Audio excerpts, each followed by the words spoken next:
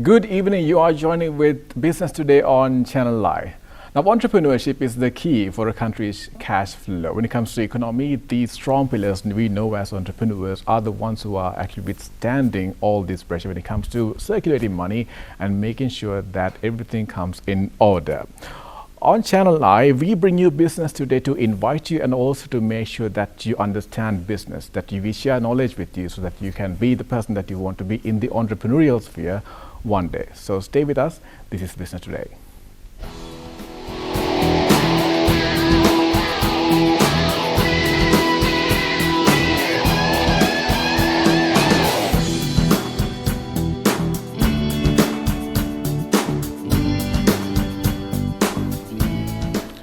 On every single episode, right next to me on the other seat, we have an individual who is either a corporate giant or could be an entrepreneur or could be someone who is budding, who's in the startup culture at the same time. And today we have the pleasure of having someone who has grown on innovation, timeliness, and also sustainability. Let's take a look who this person is.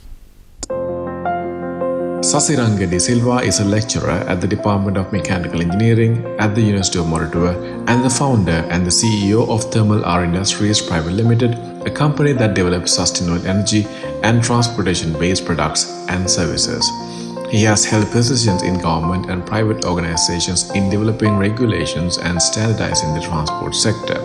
Sasiranga is also an automotive engineering consultant with his advice in demand both in Sri Lanka and internationally.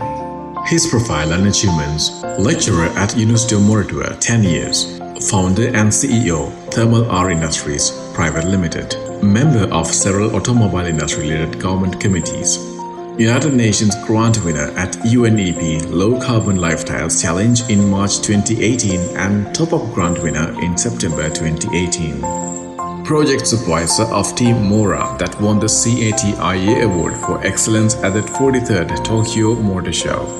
Project supervisor of Team Shark that won 3 awards at the 2016 Formula Students Competition in UK. Green Energy Champion 2019, winner under private sector. Second runner-up at Impact Hero competition organized by Earth Company, Japan. Selected for the final 15 out of the 500 competitors at China Dongsheng Trophy Entrepreneurship Competition in 2019. This personality is not just an entrepreneur but also an entire package when it comes to academics at the same time. So two sides bundling up together. We have Mr. Sasiranga Silva, the founding CEO of Thermal R Industries and also a lecturer of the Department of Mechanical Engineering at the University of Moratuwa at the same time, joining with us today. Great to have you on board. Nice to be here. Brilliant. So Sasiranga, now we heard a huge profile about you. I mean, this is something that you have manifested over time with your academics, your studies and your experience, and also your, most importantly, the passion and the drive towards the industry. In your point of view, who is Sasiranga? Let's start with that from the very foundation. Me, I would say I'm an energetic person, passionate when it comes to doing something that I really love. Automobile fanatic. Entrepreneur, a lecturer, academic. And you were successful at the same time. So let me ask you, did you, I mean, way back, if you go way back maybe to your school times, maybe the first day of your university, did you want to be here? Did you imagine yourself here? I actually wanted to do something of my own. Even during my school days, I had this idea of starting, having my own company, developing a product.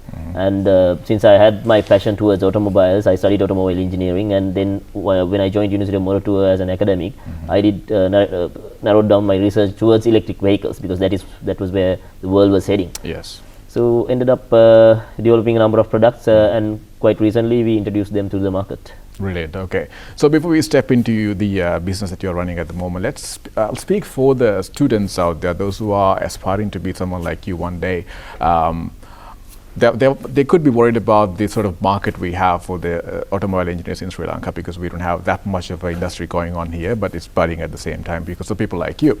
What's the advice you want to give to them? It doesn't. If it's a student, it doesn't necessarily have to be automobile engineering. You can study mechanical engineering, electronics, electrical. When it comes to automobile engineering, we need all aspects of engineering. That when we develop car, all aspects of engineering gets involved. There's electronics, there's mechanical systems, there's programming, software, hardware, so all sorts of principles, areas of engineering can be applied. So it's like an amalgamation of all the industries, and that's where. So anyone from any industry can still contribute to the upbringing of this industry. That's what you're saying. Exactly. Brilliant. Okay. So academic and the automobile industry. This is now, it's two different pathways, because obviously you learned this topic and the subject at the university. But getting into the industry as an entrepreneur, how was it like, the experience? Of course, at the beginning, we when it comes to entrepreneurship, we face a number of situations where we have to tackle. So it's a tough game. The first thing is when it comes to mechanical engineering, particularly when it comes to product development, you need source of funding at the beginning. So I had to, of course, I started off with my own personal funding, and then of course there were competitions that I participated in, and got a number of grants. So that's how I continued. And then of course the technical knowledge has to be there. So that I obviously had it from my education background, and also by doing research, I slowly gained the technical knowledge that I want that is needed to develop a product like this. Like this, okay, right. So one might question, because now we don't see many academics getting into business. We do see some people who might be in the IT industry getting into business, but you went beyond academics. What was the reason? You could have been a professor, you could have studied even further and become someone in the academia. Yeah, actually, as I said, my passion was automobiles, and I also wanted to be an entrepreneur. So I diverted myself from being just an academic, and also I was not doing the typical academic research where we do research for publications and highly theoretical research.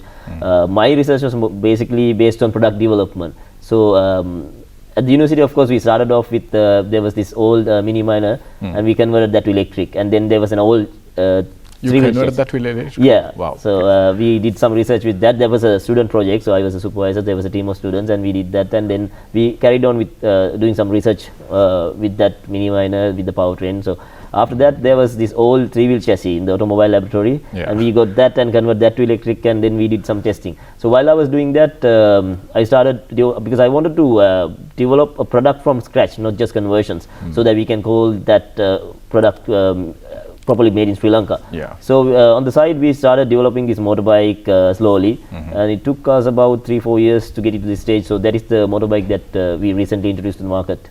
Okay, the motorbike that is completely run on electric. Electric, yes. Right. Okay. So what else is there in your company is called this company, as you said, has all these different aspects, not just into vehicles but also into sustainability as overall. What are the other products that you have? We have this electric motorbike. Then we have an electric bicycle, which we basically get a normal bicycle and we convert that to electric by installing a motor and battery and other components. Yes, foot cycle. So when it's converted to electric, you can just ride like a motorbike. You don't have to pedal. You can also pedal, but you can use it like a motorbike as well. Then we have 3D printers. We have domestic 3D printers and industrial scale 3D printers. Then quite recently we introduced this thing called the power box. It's basically an energy storage mechanism where you can use to power up your house during power interruptions. Right. Okay. Then I think a question should be raised on there. How can it be charged? Can you plug in solar power to that? Yes, you can actually use solar power and charge it. So that will be a very green product. Then other than that, you can also charge with your grid current. Right. But in the longer run, a lot of people are going to for these off-grid solar systems, which I strongly recommend. So yes. More you become independent from the grid. It's actually economical and also very environmental friendly. So this system, the power box that we have introduced, you can actually combine with solar. Right. So does it come in different capacities? So yes. So based on your requirement, your usage and the duration that you need, we have different power and energy capacities. Right. So now you, as professionals from the within the industry, from the automobile industry within Sri Lanka, how do you weave it at the moment? What's the status? Now, recently there were some good policy decisions taken. One is, of course, the importation ban of vehicles. Now, we have to have at least over 20% local value addition. Right. So the local industry, the component manufacturers, they improved. So they and on the side, the more value you add, you get tax concessions. So there's some good policy decisions taken to encourage local vehicle manufacturing and assembly, and I see some good growth after those policy decisions were taken. All right. So then this niche market in this is the electric vehicles, as you mentioned. So what's the market at the moment within Sri Lanka for local buyers? There is actually a good market because particularly when we talk about motorbike, of course, that is the largest fleet in Sri Lanka. And now, of course, we only have used motorbikes. So since we introduced this, we are getting a lot of calls and we get a lot of good responses. So there's a huge market, and also people are not like a couple of years back. Now people are very familiar with these electric vehicle concepts, and they actually want to move on to electric from their petrol vehicles. Okay. Right. So you mentioned about this. You already sold this vehicle. I mean, have you already sold the? We are taking pre-orders. So we got a number of pre-orders during March. Okay. And now we are doing a small advertising campaign during this month, and we'll be continuing to take pre-orders. And by the end of the year, we are planning to go into mass manufacturing. Right. So for our viewers, I have a picture of the products. If you can focus on this, this is the product that we have that Sasiranga and the company ChannelEye Industries has created so far. So it looks very familiar for those who are movie fanatics. It looks like the Tron bike, I would say. Brilliant. Okay. So do you plan on moving on to other products? Because now this bike is really, I mean, it's efficient for Sri Lankans. I mean, if there's like road congestion, this is like easy to ride. Then there's also the products like cars. Have you thought about that? Yeah, of course, we have thought about that. So we thought of starting with a motorbike because it's easy to build and the capital requirement is a little low. So when we are looking at cars, of course, there's a considerable amount of investment needed, and the R&D will be a little bit more. So it will take some time to develop, but of course we are definitely looking at that. Some affordable car for the common people. Right. So don't you think like companies, like big companies out there, like not within Sri Lanka, but Tesla, maybe you can say, could there be a competition? It depends on the market share that we're looking at now. When it comes to automobile cars, I would say what we are planning to develop is something for the average, middle income class consumer in Sri Lanka. So Tesla would be a bit more expensive for someone like that to purchase. So we are looking at a different kind of a market niche, but of course in the future, can't say, depending on what kind of car that we are going to develop, we might have a different kind of a version where we can compete with Tesla and other big companies. That'll be great. Can happen. All right. So one more thing now, when it comes to now we as Sri Lankans, or we as like most of the world, we are used to using petrol combustion engine vehicles at the moment. So why would I want to? I mean, from a professional like you, could you explain why I would want to switch to electric car one day? Vehicle. From consumers' point of view, of course, what the majority worries about is of course a good quality product. And then after that, you worry about the amount that you have to invest. How much of savings that you can make out of if switching from petrol to electric. That is what the general consumer would care about. And there's a certain kind of people who are actually worried about the environment, and they move into electric because of the harmful gas emissions, and they want to switch from petrol to electric. So there are different segments, but majority wants a quality product at an affordable price. And they worry about the cost savings. So when you switch to electric, generally for a motorbike, of course, the running cost can be reduced by somewhere around 70 to 80%. So there's a huge saving there. And then there are no services. Like in an engine car, you have to do a service. Like you have to change the filter, then you have to put engine oil, and you have to have these periodic services. You do like maybe 4 times a year. So there's an expense involved there. So electric vehicle is very convenient. You don't have to do any maintenance. No maintenance at all. Like maybe the wearing parts you might have to change, like brake pads. It's a common thing, but the periodic maintenance you don't have.